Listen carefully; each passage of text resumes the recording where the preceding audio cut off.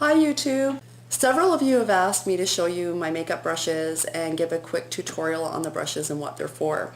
I feel kind of strange doing this because I use brushes differently than other people would, and I use different brushes for different things than other people would, but it just goes to show you that everybody has their own technique and their own way of doing things. So I'm going to show you because maybe something in this will help you. But this is a Posh foundation brush. If you look, it's flat. It's for applying liquid foundations. I don't very often use liquid foundation, and when I do, I'll be very honest, I'm not really pleased with this brush. It's very, very soft, but it leaves a lot of streaking. And you just apply your liquid foundation with it and blend it all in. This is a double-ended concealer brush. I don't very often use this for concealer, though, I have to confess. Occasionally I use this end for eyeshadow, this end for my crease. This is a mineral foundation brush from Posh. It's very flat on the top, and it's very soft, very nice on your skin. I use it for applying my powder foundation. What I don't like about it is that it sheds like crazy, and there's nothing worse than having a million little hairs on your face. So instead, for my mineral foundation, I prefer to use my kabuki brush. This is again from Posh. It's actually really neat. It's retractable, and you put the lid on it and then you close it all up. But unfortunately, I can't find my lid today. But this is my Posh kabuki, and I love this for applying my foundation. It's very soft. When I apply the foundation, I just kind of swirl it, and then I find spots where, like, for instance, if I had redness down here on my chin, this brush is dense enough that you can dip it into your mineral foundation and mineral powder foundation, and then dab it onto the spot, leave it for a few minutes, and then just blend it out, swirl it out, and the spot will seem to have faded. It's dense enough that it can provide you with really good coverage. This is just a big fluffy powder brush, and I use this for applying my bronzer every day, and I also use it for a quick swipe under my eyes of my mineral foundation so that I don't get too dense of amount in there.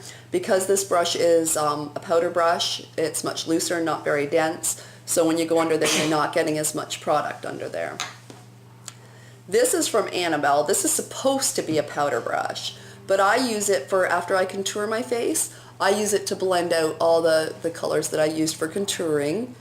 And sorry, I know that I keep touching my face with the brushes, but I talk with my hands. My dad talked with his hands, all my kids do, and I guess it's just because I'm talking about it, so I wind up doing it. But yeah, so I use this for blending in any contouring I do on my face. This is my blush brush, very soft, and I love this, and I love it because many of you probably prefer a fluffier brush for it, but this one is the way that it is that when I'm doing the color underneath my cheekbones, I can actually squeeze it and just concentrate the color under there. And then when I'm doing the other color, it's loose enough that I can just do this. This is a fan brush. Now, most makeup artists and people on YouTube use their fan brush to remove any powder any fallout from eyeshadow. However, that's not what I use this for.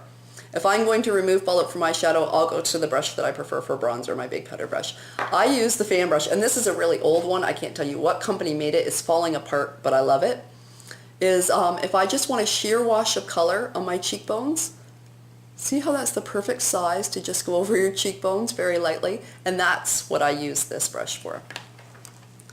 This is just a stiff dome brush, and I use this for putting on my base for my eyeshadow. I use it for applying eyeshadow on my lid.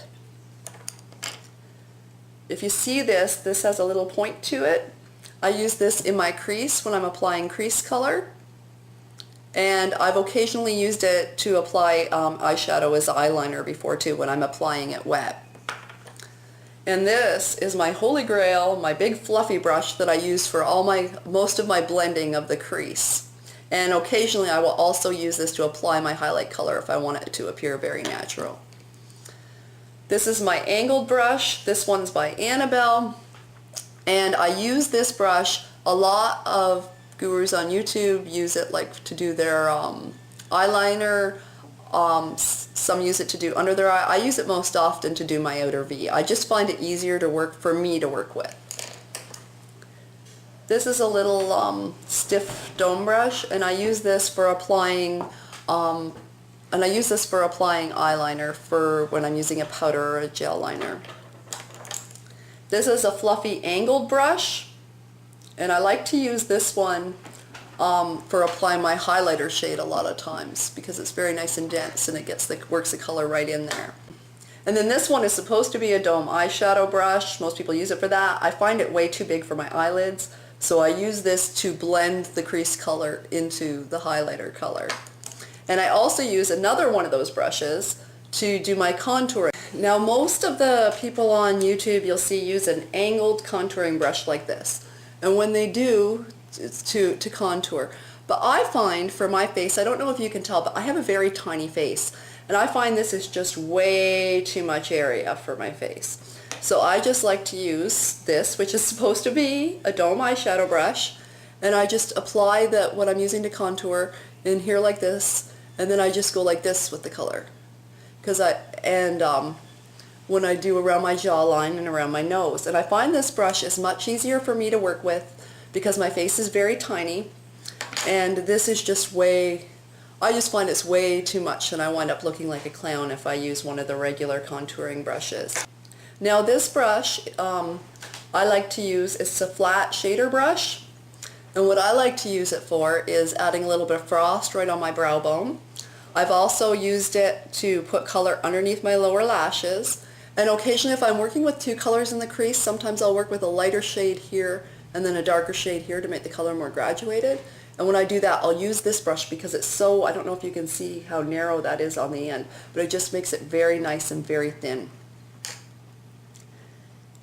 And as I mentioned before, this is an angled brush that I know it looks mangled, but this is the one I use for doing my eyebrows. It is exclusively for that. I don't ever use it for eyeshadow. And then these two brushes are just fluffy brushes, and occasionally if I'm working with colors that are hard to work with, I'll take one of these just to blend the colors out a little bit more. So this is my brush collection.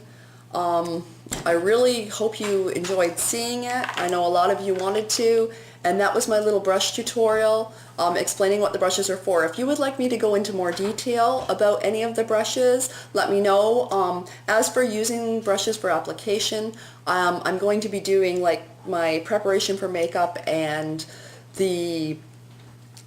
how I start my face, like everything I do with my makeup, very, very soon. So that sort of thing will be there. But if there was something in particular you wanted to know about a particular brush or more detail on how to use it, just let me know. And additionally, I hope you learned from this that nothing is written in stone when it comes to makeup. There are no laws and there are no real rules. Makeup should be fun, so keep it that way. And if you find that a particular tool, just because it says crease brush, doesn't mean that's what you have to use it for. You can use it for eyeliner, and just because it says dome eyeshadow doesn't mean that's what you have to use it for. If you have a tiny face, use it for you can go ahead and use it for your contouring.